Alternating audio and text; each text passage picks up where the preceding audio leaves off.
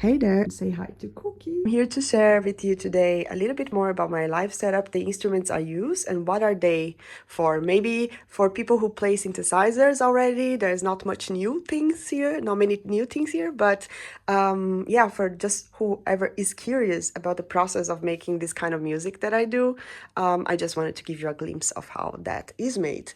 So the key point of any electronic music, or not any, because some of them don't need a beat, but the beat is extremely important. First, for you to have some kind of tempo marking so you don't lose yourself in the middle of the music, but also because it's what makes your body move. So this is a drum machine.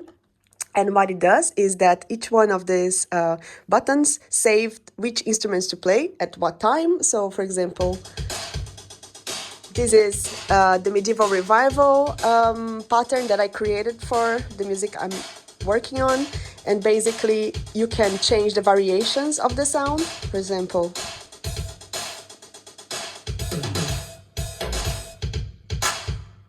yeah, that's it. It basically sends all this information of the beat and the tempo to all the other instruments to what we call a Midi hub. So all of them are connected, and this is basically the brain that defines the tempo of the music. So why is that? Because then the next instrument that I'm going to show you is the Monologue. And the Monologue is basically analog synthesizer, is a classic. Most people that play synthesizers or electronic music have it and use it still today. It's like from long time ago. I don't even know exactly when it was built, but definitely 10 years maybe. I don't know actually, maybe newer. Anyway, what matters is that it can modulate great analog sound and create a lot of different programs that can be really easily edited, and you can see the waveform that you create. You see when I press a button, the volume is down. So if you press a button here, it shows the wave, and then when I edit it, I don't have two hands, so I will do with my elbow.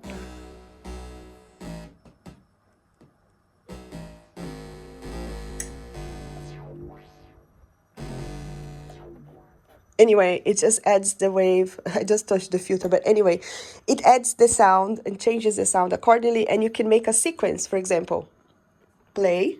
I'll hit play. I made this sequence for Medieval Revival, which is the same song that this pattern is set. So what it means is that when I play here, everything starts playing together. Just this.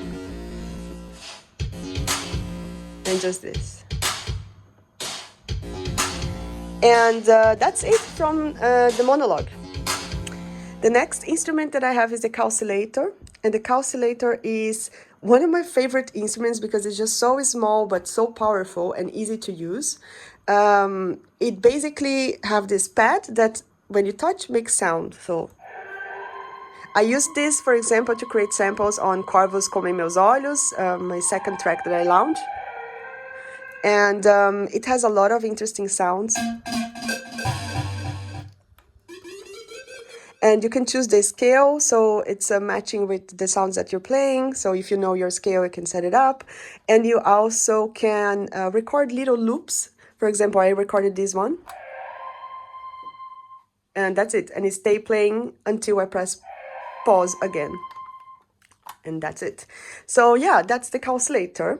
Now we go to, again, one of my main favorite, all of them are my favorites, but the Stylophone Theremin, I think, is what gives a lot of character to my music because it's a very simple and rudimentary instrument. And also, I think it's very good for beginners because the controls are quite easy to use. They're big. It's just very difficult to calibrate the antenna.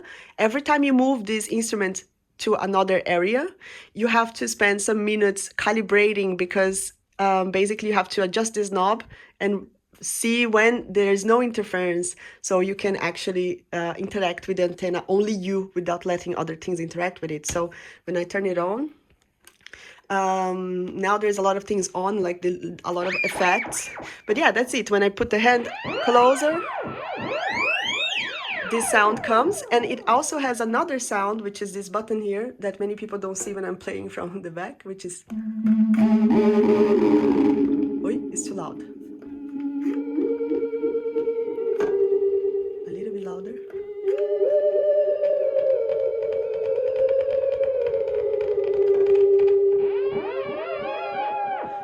that's it. It has some controls for delay, and you can also do this trick that you press here and the sound keeps coming, and then you just need to touch this. That's it. The Stylophone Theremin, highly recommended for beginners, pretty cheap actually. And that's it from my supportive instruments. Then I'm going to show the last piece, which is the vocal effects. So I choose the Ecoverb pedal from Flama because that's mostly what I need. I need delay, reverb, and echo, which is basically the sum of the two. And it's pretty easy to use. I wanted something very simple with knobs for me to control the effects on the go. And let me show you how it works. I will turn on my voice now. 1 second. So.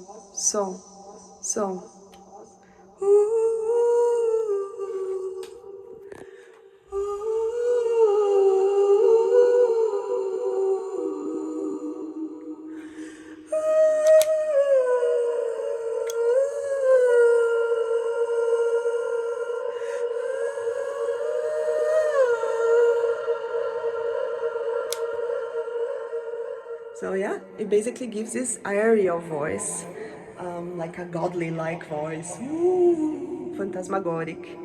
And the last thing, that is the most important, I think, because it connects everything together. Let me take the effects out. Yeah, now it's better. So the last piece of my equipment is this mixer. So I tested so many mixers to get to this one. I think I tested at least some 4 or 5 because either they are too big or they don't have exactly the number of inputs that I need. So what is the mixer, for who does not understand what that is? Basically is where you connect all the instruments and basically you have everything coming out as one in the sound, and you can regulate the volume and also equalize. For example, you can put more highs or more lows if your music is too bass or is too high frequency. But I think the most important for me was also something that can help me use this effect everywhere, because sometimes you want to add some effect like this in this instrument, and so it needs to be something that has an entrance for the pedal. So here is what we call the Ausschreitern, and this one has Ausschreitern and the amount of channels that I need, and I'm very happy with this one. This is from Thonmann, actually, the store that sells instruments is the Mix 002. And yeah, that's it. I think the last part is the stand. So the stand that I got is from K&M. I don't remember exactly what's the model, but they have not many models like this one. So basically this stand is this part here, that where you put the instruments on. You see how it looks like below? And the other parts, like this one, is actually an additional arm that I bought from a different brand called Millenium that just supports this instrument and this instrument. So I have one set that is this, and then more 2 supportive stand arms. I don't know how to call it, but yeah. All of this is connected in this multitude of energy cables, and in the back you will see how I set up the Midi signs, which basically is how they send information and talk to each other, are these red cables here. So they're all connected into a hub. And maybe the last piece is actually my microphone, so I'll switch the camera. So this is the last piece. Basically, well, I look like a person in a helicopter or something. So this is the last piece. The microphone headset that I got is from, it's from Shure.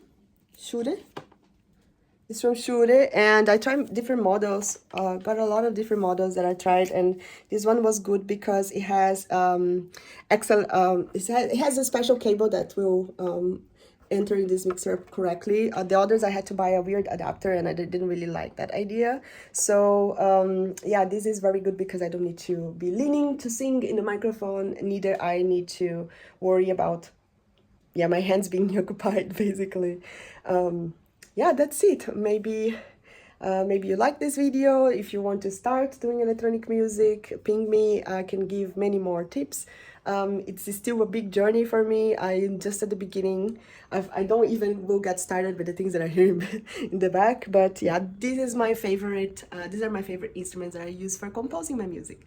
So yeah, I hope you like the video. Bye.